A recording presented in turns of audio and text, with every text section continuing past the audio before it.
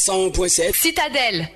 RCV Torolagno, le Madidi Mela, Mia, du comme il y a ouvert un ami, le Mia Degbeme.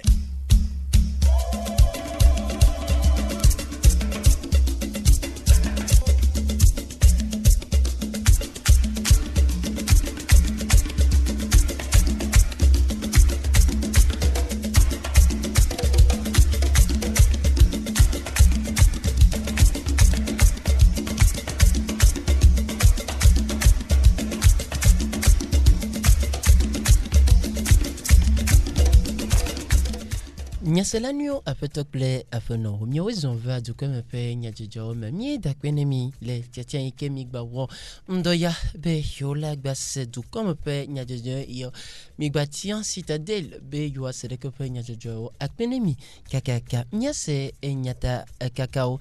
nya adedesi be nkeke yo mea vuvu Didi nona miapa mondi kaka salado mbatoto na mchona wa msasao mava onebe dans le kudo vatina on s'assomme yikene va glena on le amagbeto pour miape enlamosin enyaome de keye miaten anobenlene miapo mo yikebe vuvu magbano miamon dudu alo mionto miamen lamosinade ne enode dire amodeka femme de mia asekulele kefe enyanti ye miagba de déciber le dokpakpla gomian kanti wo hia le me mia akplado alo asim dore neno mia siemi mano du fumbe bureau modo po mia no mia ase amerika vope mede de kulele kefe enyanti ye mia gba de déciber le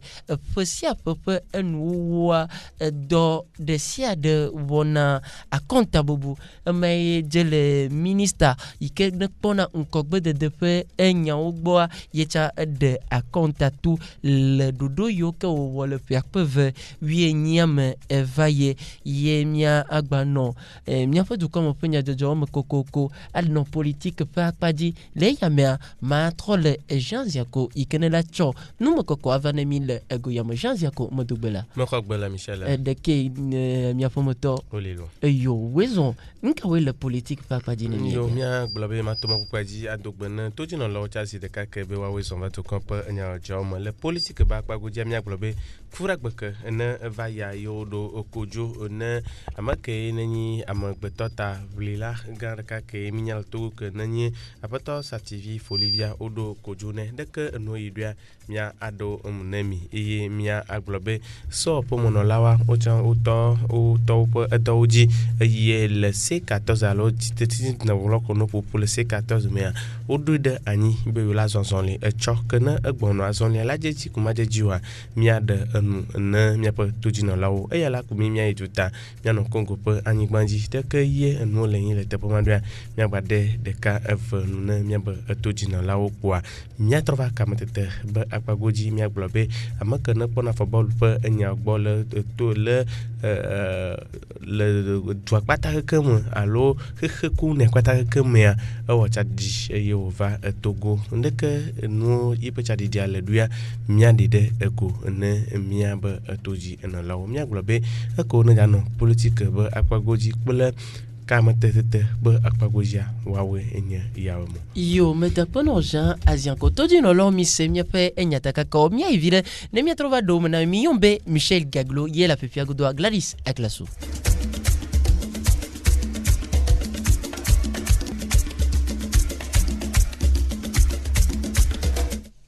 mi gba khomia pe bedona me lolontol ndoga 20 minutes bla ton von pon le mia pe ayava lordi mi gleman na mizande ya be e vie tomil abaloué pe e yomea vuvu non a mia pe e mon disubo le ke mia wo yemi ma va kho don la micho de ke pe vuvu ya mo doa don la mi non a vuvu ya me gere mi cho mia pe e mo dicha ye mi bionya ya am e de kavodo mia so wa fo me de do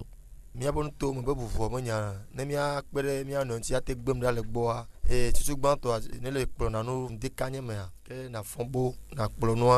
ne la wuti la nyigba gba wo le mo do ji mia de kuku na driver o ple to ne ya to no vi onti a oblewu be me ga ba do pushie no mo mo jo nyo chon ne mia ga kpere mia no ti kluya o se na ndo se chona ngochi o yoku ne mo ça souvent ne no mia si mia so chora ngoti le mo yi tia no ngoti me no ne le hu me tia la ti doi e go poussière mo ya ti clan kan gbo la do ehuamu donc nous vivons le be mia ale bene ne hu le mo kula o surtout hu to jina mo yo to mo to tia e o la do poussière no pe ma do poussière ne pe donc mia de kuku ne hu to bo no obelewu e mo to tia no ya to a chonu chongoti e ya mo ko la po me le to ke la se mi anko a ne mi ja ponu pa mi usi anyigba o soit mi afombo mi akple atan ne poussière va do funa mi Mia Jagwagba be vuvu mogava no fudenemi nemi va ho dans la miture que pe vuvu moye mia gba de desi be lenke ke yo mia mesia monona ditimbe yola o yovodo va mesia me la o yovodo a ye vovinye kel asim do amanto fasim do nkate o yambe mia a Jagwagba a wo dode numata ye amodo chone de wa do kwidibe yona ekpla do ye le do yo me miaten akpo shumeka tela baba da oto kuku bubuo ye ndikensi reke skulu vio tuna lo afa forme ayi sukulu enia o tuna kaba ye wo yina dom be yo la va vo le chomonka inti hian le be mia akpla do mia sama de ka evopum de chureke penyanti do kwa kla ni do la ngbanji asi wo ke na le siana le kpla do abubu no na monchi la fi de kpla no le do de kwa no nya le kpla do kwa abubu la no nchi o do kwa kpla la na bona ma fi amore kumunu ma be geje te kporu la va ma ti geje o mu do kwa kpla ni de me ni le kpla do agbo ma kakam la ka zan do ma do pe ndugo la ko vi odi apo no odi akọtọ oji se tí o ma di gbase ya ekela na bena dumole ma na mo kpora wa na si fion be vi mara o je na gbagba to agblɔ nya gbogbo atsonti o ta miame kono dɔ kpla ma miate le bone dɔa ne miakpla le ŋuti fafa me ne miakpa le miaƒe tɔwo gbɔ nyi ɖe le fafa me nya ɖe kpe ne gbadzɔ dekɔkpla asixɔxɔ le si elana be la ɖu nutsɔm ava kpɔ viwo kusrɔ̃wo dzi dekɔkpla hiã na agbetɔ le anyigba dzi be la kpla dɔ kpe ame ko ne le mɔa dzi ama dom sewo bena wo ne le bene dɔ ne woakpla lo dzena wonyi na agbetɔ bena ne le dzɔwo tsa le awɔ nu de be ne ba nɔ asiwo ke ye etsɔ me amakpɔ ame si kafi aɖu nu enyi dzena vɔ agbanyi dɔ da asi egɔmetɔ be ne le kpla dɔ ma etsɔ me ayi le dzava aɖu eye nu de sia yi ke hiã wɔ ŋutɔ le awɔe le ɖokui si eye me dza akpɔ ame ɖeke si kafi awɔ ame de sia yi ke ne le dɔ kpla ma ne le bene ne le gbale kutri kum gbala ya ɖu bena wo gbale fufia wo tsã tsɔ vovo nyenye ne etsɔ me ayi le dzava aɖu eye dzava nɔ asiwo egbãtɔ ye gbanye srɔ̃ tutu gbã kafi evelia la va kpe ŋuti ne se bena le kpla dɔa ela nɔ ŋutɔ asiwo togbɔ ne me gba ɖo dɔwɔƒo kaka tsã ne le segbe nya doa kpoa ame ɖe kuku la va gblɔ nu bena wo ne wɔ ya ne ye ye wo tsa la wɔe ne ye enyim le wo tsa asiwo me ye le dzava aɖu etsɔ me ta ame sia ame ke ne le dɔ kpla ma ne ƒetɔ gbale ŋu ɖe wɔnu alo ƒona gbale ŋu ɖe wɔnu ne tsã yi tsã ne kue kutri kaka ne va wɔe etsɔ yi tsɔ yi tsã la va nye aƒetɔ na ame ɖe ava nɔ ame ɖe mu le etsɔ me. 101.7 Radio Citadelle. Votre radio. Mille Citadelle dit Coco le comme pe enya jojo me ye mia globe sire kemi gle vai nemi le madidim le mia pe du comme pe enya jojo pe nya takaka o menia minister yi kene pona nkogbe de pe enya wogbo de akonta tu do yo wo le pe akpeve wie enyame ye de kepe akonta ya ye o de toi ele blasheki vo nele à la fadi le doudou yo ke wo tiens le perpe comme toto alors le perpe veut wie nya pe comme toto doudou yo pobe yo la te wo le perpe veut wie nya me obe yo fe asisu blache ke vo nedi le à la fa de kadi kwa wana tag biso yikene monde de ke pe edwantia edem mi jawabe mi tunchu sukul onjio chu asio epata ya gomeo alphabet wave eni ko patani wole nebe dom le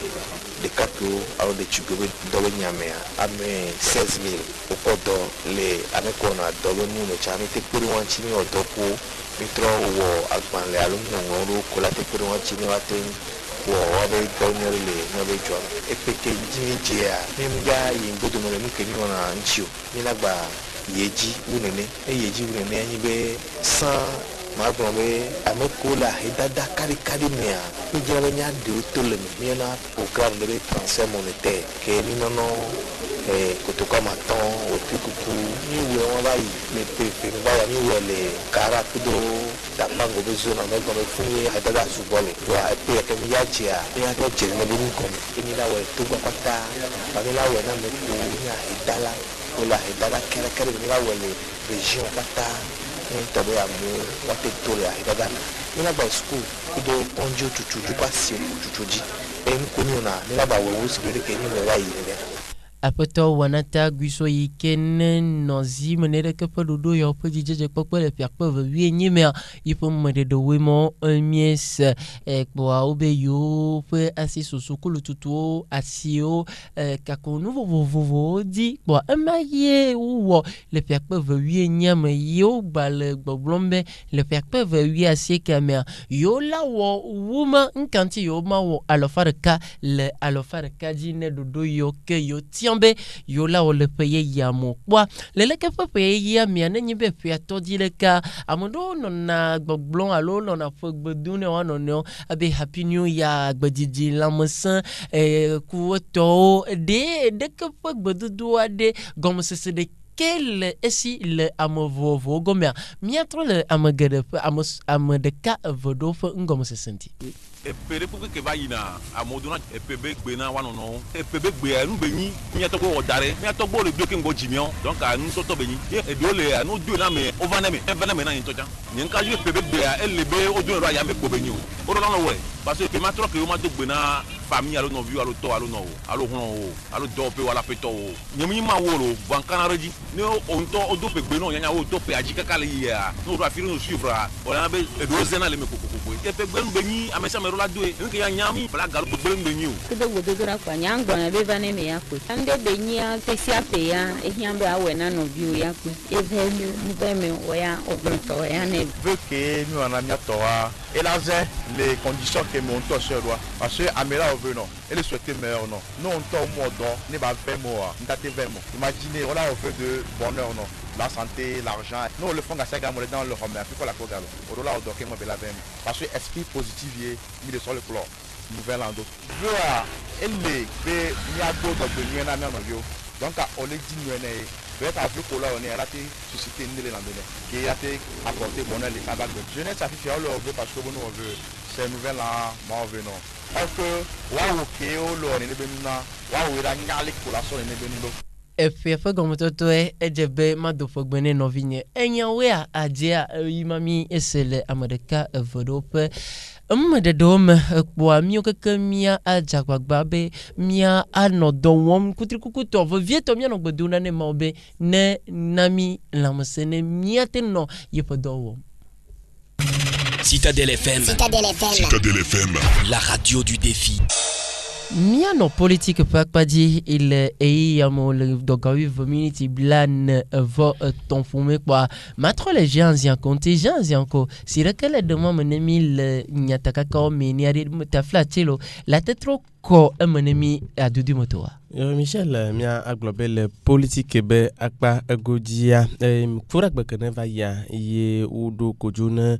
folivi sativi alo folie sativi emienya bel pakpa wi André que oui aside quel autre amaside kema hunya de domodal togwa kwata que e de que hunya ka ni politique be akpa godi titati na gbo government o mo sena no gomele ndeko la we ado atema akplo advado kwa e ya ka na be amagado kem de que pe dua popopolo nya o mo kwa apotos folie sativi ple todo chan o le de que pe hunya pe wona mo cha ko gbeji o ponfo yo zonli pale de que ponu yo me o lo de ga eye amagbogbo to wa obio alo duna glo ha obio kusuwa da silo ontivo o wa we o gbapoto le ga pa mo te kudun ke ye o wanti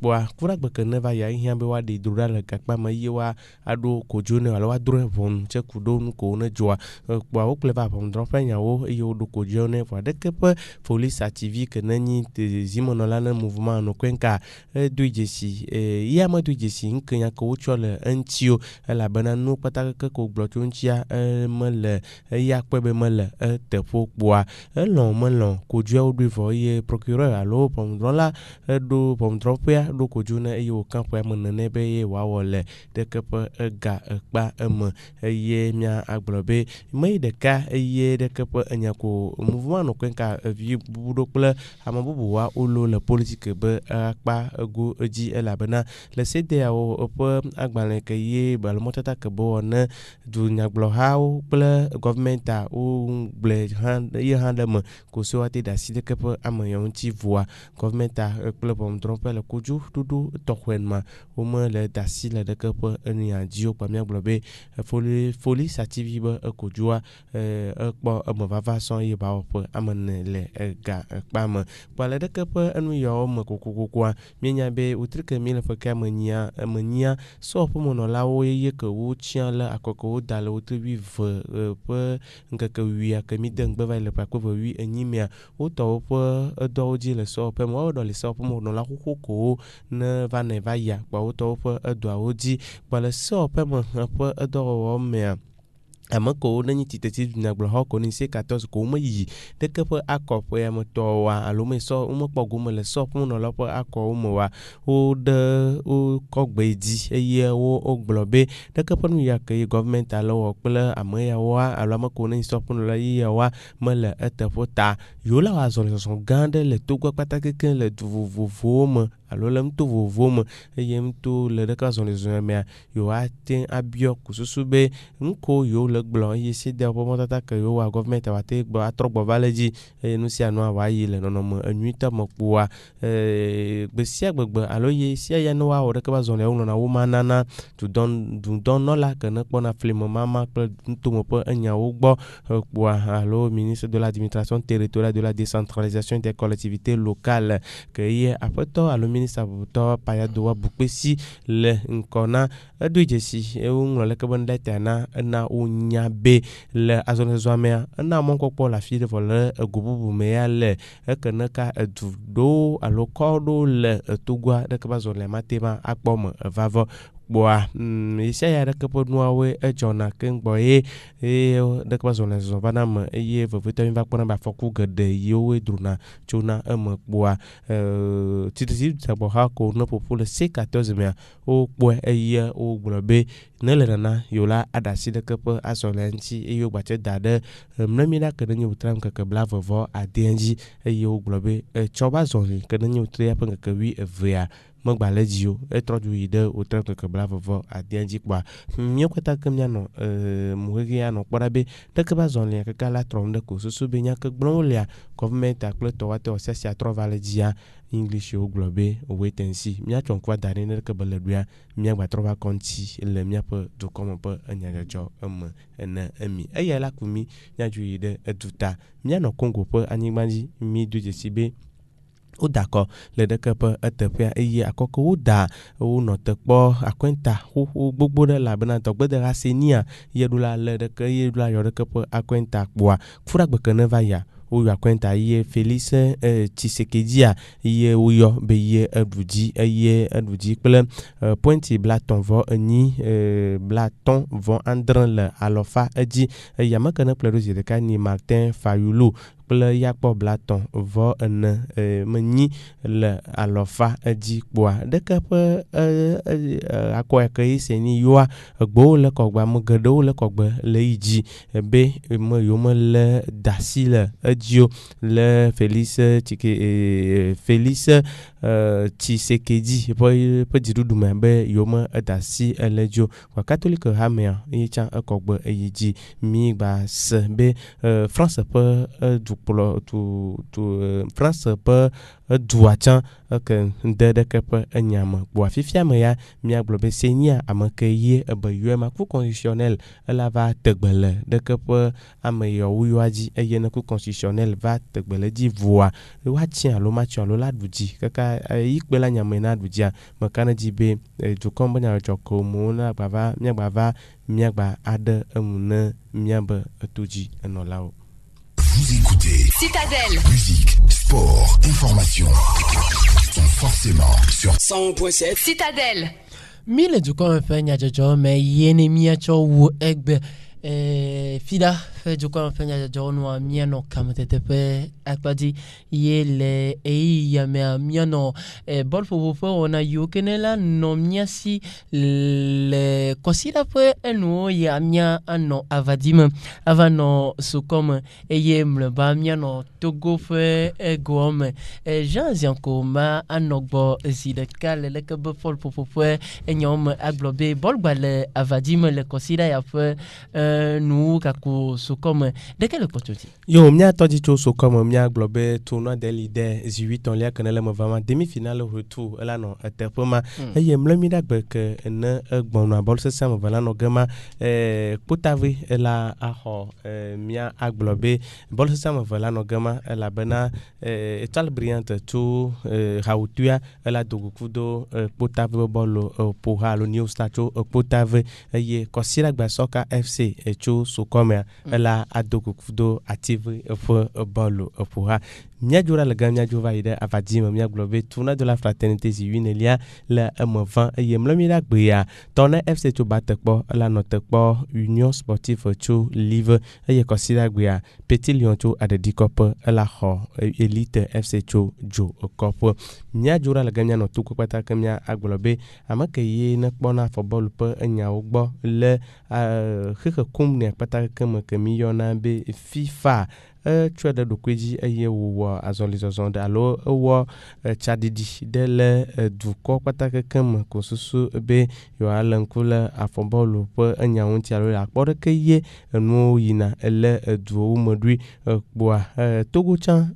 ele du mo kokoko ba va togo eye togo va mia club am gan am hagande vers le aéroport lo ya ma fu jepo le inchamaji eye le mo khokho le khokho mo gbe o club la o dogo ye le magba minisao o dogo ye o pompo cho de ke ye afabol pa anyawo o le yin le togo de vito de ke ye togo bedua de afabol fofo me le togo bedua si de ke ba no lui le no no nuit et toi mo ke bien be infrastructure o pompo o chunchi pa mia globen ke yo na la ava de premier globen na afre de ke be président FIFA allo amaka na pona afabol pa nya gbolo que kun ne pata kemia ne ejo voa vide to hwede la drocho de ke po enu yamana togo edu kwa kwata kan pele gosia goma bua mia ananya anyi mia nyabe le nchoke na vaya wo award alo una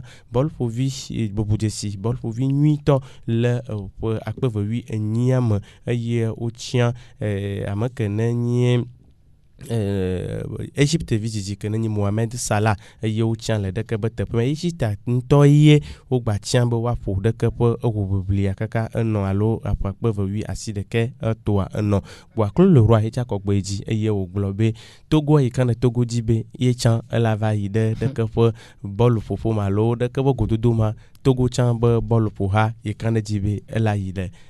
Egypte pe anigbanji eye wa pogumele de ke po wona de ke po problem kwa mia globe outri ton me ke mia je la akpe fe pe 8 acide kemia ime Togo la po bol potokoto le Benin pe anigbanji pe écureuil cho Benin bana de ke bele lui Togo la dji la yalo ma yo alo kloto ro ba nya ke gboa la tema avamea mianote miakbo wasi miaglobe ema wenyi politique ple kam tete pe nyako ne le miagbo ndoele du kombo tu na jome o wenyemo yo eya wewu dukon fenya jojo ogundo ya to wine mi makbo de kemi de desi le kamotete fenya o wine Egypte eye o jafo kama no mobola o de alo kana o de dale kamalo o se va y Egypte po Togo viola ya alo umayo mia anote po Benin bobolo akpora bere fikaye la vanyi mia mo afodaro fe ma kwa to jinolo mi ta kwene mia fe to jinolo mia atro miatro dunku nyatakaka yo mide miatro dunku dine mi de karaka mia aglobe vuvu non a mia pomondi le yom kwa amerika vraiment de amisi le ke mia a le bone mioto mia dukui be vuvu mamo gava glom le mia pe la mo sepe enyaomo ye mia agbatro le duko mponya de jomea nti o yelebe mia an bladoa mies mede de chu amerika vedope amerika vedogbo ye ministre yi kene pona ngobo de depe enyogbo alo ministère du développement à baza de yipe a compta de do yoke wo wole pierre wie enyam kwa mies apokto wanata duiso pe mede de kulele ke pe enyanti mien no politique pe akpadi le folivi sativi pe pe kakamea mi o camp ama enene ebe ye wa wole gakpam yemie jole gema yemie no C14 pe azon lisozon ike o dale chodi be bagba no chodi ko vo joyi pe do tri gbanto apen keke blavovo adian mie no bol fofo pe akpadi cho wu de ke pe eduka mo pe nya jojo nu to di no lo nyato dogo in cho juda gbe nefu mdoga vive la famille yombe Michel Gaglo yenye ku Jean Zianko ye cho duka mo pe nya jojo ndo ya to cha venami Gladys aklaso ye no apipia godo ye plomi ye de ke pe duka mo pe nya jojo je fiato je gato Jonas ekpele nyanti le duka mo pe nya jojo mo mi e dakpene mi adomoto de siade bye bye.